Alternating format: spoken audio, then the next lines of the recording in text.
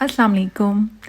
कभी कभी दिन बड़ा सादा सा लगता है और दिन के छोटे छोटे से काम देखने में बहुत मामूली लगते हैं, लेकिन इन कामों को करने से एक अजीब सी सेटिस्फैक्शन मिलती है और ऐसा महसूस होता है कि आपने अपने दिन को ज़ाया करने के बजाय उसको बड़ा ही कंस्ट्रक्टिव अंदाज में गुजारा है। इसी तरह बच्चों या हस्बैंड के कपड़े तय करते हुए उनसे मोहब्बत होने का एहसास भी होता है और अपनायत भी महसूस होती है। और यकीन करें, जब आप अपने हस्बैंड के कपड़े तय करती हैं, उनको सफाई से रखती हैं, मैले कपड़ों को छांट के अलग बाल्टी में रखती हैं, साफ़ कपड़ों को अलग रखती हैं, तो आपको एक अजीब सी अपनायत महसूस होती है उनके साथ। आप अगर सोचें कि यही काम अगर कोई काम वाली करे तो क्या आप वो अपनायत महसूस कर सकेंगी? अब बेडशीट ठीक करने को ही ले लें। देखने में तो ये काम एक आम सी रूटीन का हिस्सा है और हम रोज़ ही कर रहे होते हैं। हाँ, लेकिन सलीके से बिछाया गया बिस्तर एक नए और अच्छे दिन का बेहतरीन आगाज़ होता है। और जब आप सारे काम करके थक हार के अपने रूम में आएँ तो साफ़ और सेट बेडशीट को देख के लगता है कि यार क्या बेस्ट लाइफ है। अगर मेरी नज़र में सारे दिन का सबसे ऑर्डिनरी और प्रोडक्टिव काम कोई है तो वो बेडशीट ठीक करना है। हम ज़्यादातर देखते हैं कि एड्स वगैरह में नई नई बेडशीट्स और नई नई डिज़ाइंस प्रमोट किए जा रहे हैं और इससे अक्सर वो लोग जो बहुत एक्सपेंसिव या बहुत लग्जरी बेडशीट्स को अफोर्ड नहीं कर सकते, वो एहसास कमतरी में भी मुब्तला हो जाते हैं। लेकिन यकीन करें, मेरे लिए तो बेडशीट बस साफ़ सुथरी होनी चाहिए और अगर साफ़ सुथरी बेडशीट जिसे मैं दोबारा ठीक करके बिछाती हूँ वही मुझे नई लगने लगती है और इससे मेरा नॉर्मल सा कमरा भी बहुत अच्छा लगने लगता है। और ये काम करने से मेरा जो एक आम सा दिन है वो बहुत ज़्यादा मिस्बत और प्रोडक्टिव हो जाता है। और ये लीजिए, इस तरह मैंने सिर्फ बेडशीट ठीक करके अपने दिन को एक बहुत ही अच्छे अंदाज में शुरू किया है।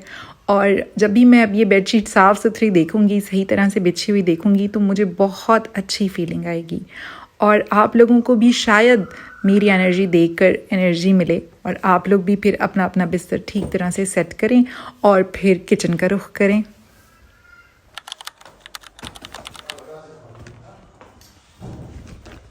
मैं अपने काम रिवायती तरीके से करना पसंद करती हूँ और इसीलिए बाज़ार से बना बनाया घी खरीदने के बजाय घर में देसी घी बनाने को तरजीह देती हूँ। इसलिए पूरा महीना मलाई जमा करनी पड़ती है और महीने के आखिर में उसी की दही जमा के फ्रिज में रख देती हूँ। आज उसी दही को ब्लेंडर में डालूँगी, साथ उसमें ठंडा पानी और बर्फ़ डालूँगी। ब्लेंडर को 5 मिनट तक चलने दूँगी और जो मक्खन ऊपर आएगा उसे निकाल लूँगी और एक पतीले में इसे पिघला के फिर घी बना लूँगी। इस मर्तबा मैंने जो दही जमाया है, लगता है इसमें थोड़ी सी गड़बड़ हो गई है और मक्खन सही तरह से ऊपर नहीं आया, इसीलिए मुझे कई देसी जुगाड़ करने पड़े।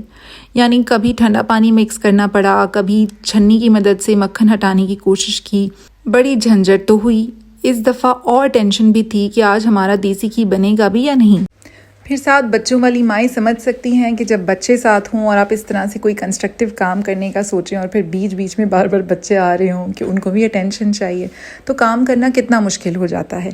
लेकिन एनीवेज़, मैंने अपने दिन के इस प्रोडक्टिव काम को तो निपटाना ही था, इसीलिए मैं अपने तमाम तरीके फ़ॉलो करते हुए और घी को जो है वो फाइनल स्टेज तक पहुँचाने में लगी हुई हूँ पूरी तरह से।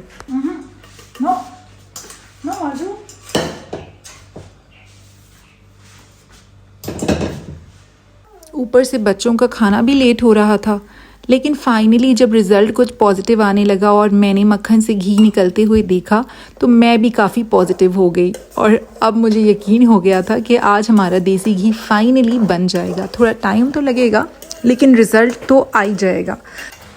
और फाइनली मेरे दिन का सबसे ज़रूरी और सबसे कंस्ट्रक्टिव काम, हमारा जो देसी घी है जो पूरे महीने मलाई जमा करके बनाया गया है, वो बन चुका है। डब्बा मेरा तकरीबन फिल हो चुका है, तो बस अब मैं इसे ठंडा होने के लिए रखूँगी और फिर साथ फ्रिज में रख दूँगी।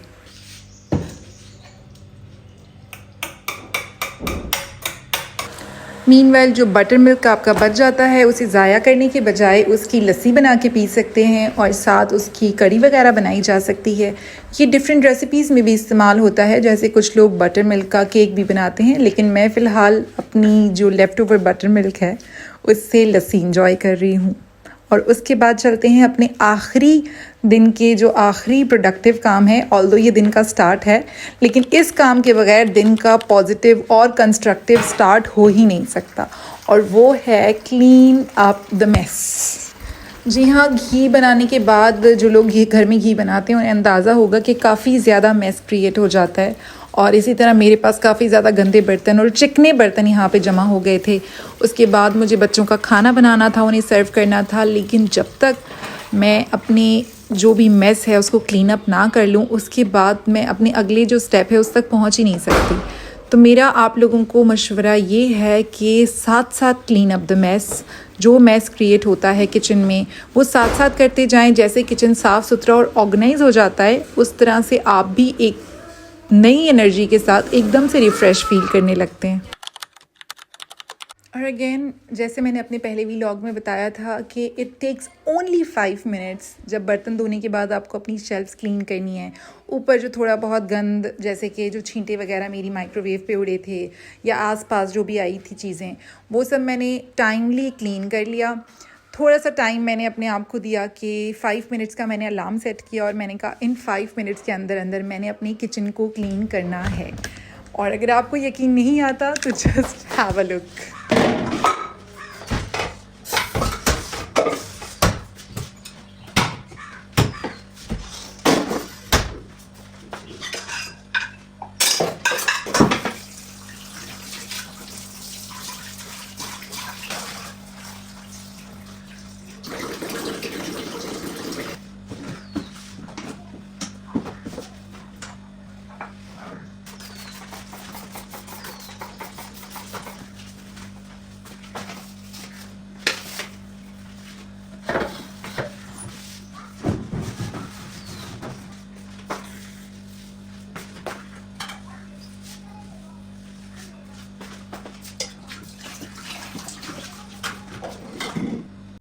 And it's done.